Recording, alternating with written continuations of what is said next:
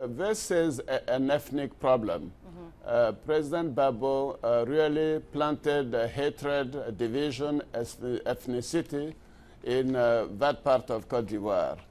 So there is a tendency for revenge, and that's what I'm trying to contain. I have sent several missions there. I have sent the judges there. I have invited the United Nations to go there, the Red Cross. I think everyone should realize that this is an area of Côte d'Ivoire where people have been manipulated because of ethnic grounds, and it will take time to cure. I'm working on this very hard, and making sure that there is no impunity will be the answer.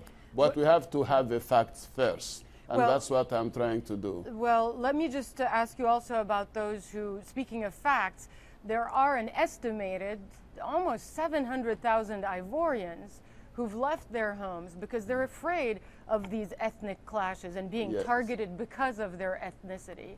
And they're too afraid to go home. So as the president of Ivory Coast, what do you tell them? Well, I told them already when I sent a delegation there through my spokesperson that I am the Ivorian, I'm the president of all Ivorians, without distinction of race, religion, or region. And I'm working hard on that, and I think the composition of my government, the appointment I have made, always shows that I want diversity in Côte d'Ivoire.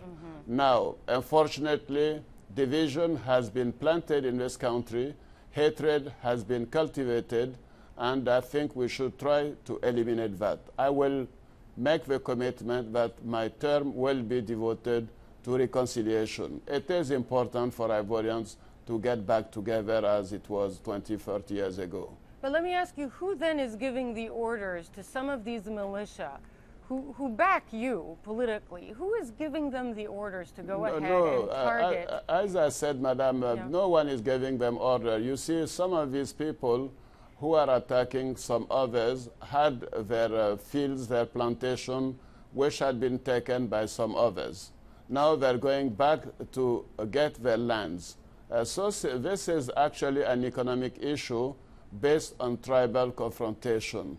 And we should do everything to get the land question resolved in that part of Côte d'Ivoire, which is a very rich part. In fact, I was in Monrovia about 10 days ago to work with President Johnson Sirleaf to see how we can make a regional, take regional measures to try to contain this. It's very difficult, I must confess that, but I have a will, I have a determination, and I am the president of all Ivorians. I ban discrimination among Ivorians and with any other people living in Côte d'Ivoire. I'm going to ask you about a Committee to Protect Journalists report. It's asking Ivory Coast to quote, and I'm quoting the CPJ here, to end the persecution of journalists that they're saying, as they're giving as an example, Hermann Aboa, an Ivorian TV presenter who is detained right now. It says still on his Facebook page that he's Madam, detained. I am for the freedom of press. I came to the United States at age 20. I'm today 69. I was brought up in an environment of freedom and democracy. Let me tell you that Hermann was one of the people of Mr. Gbagbo daily on television trying to call people to kill others, Northerners and people from the center. He is being interrogated. He's not in prison. I think they discovered that he has arms, that he had militia, that he paid them through money given to him by President Gbagbo. And I don't think a journalist should go to jail at all as any other person. But investigations have to go on. I want the rule of law for Côte d'Ivoire. If the police discover that he has done things which are contrary to the law, as any other citizen, he should be heard. Finally, I've got to ask you about your rival, the former president of Ivory Coast, Laurent Gbagbo, and his spouse.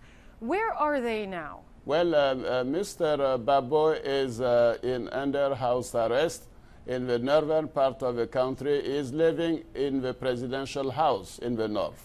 And his wife is also getting similar accommodation also. I think it's important that the law applies to all.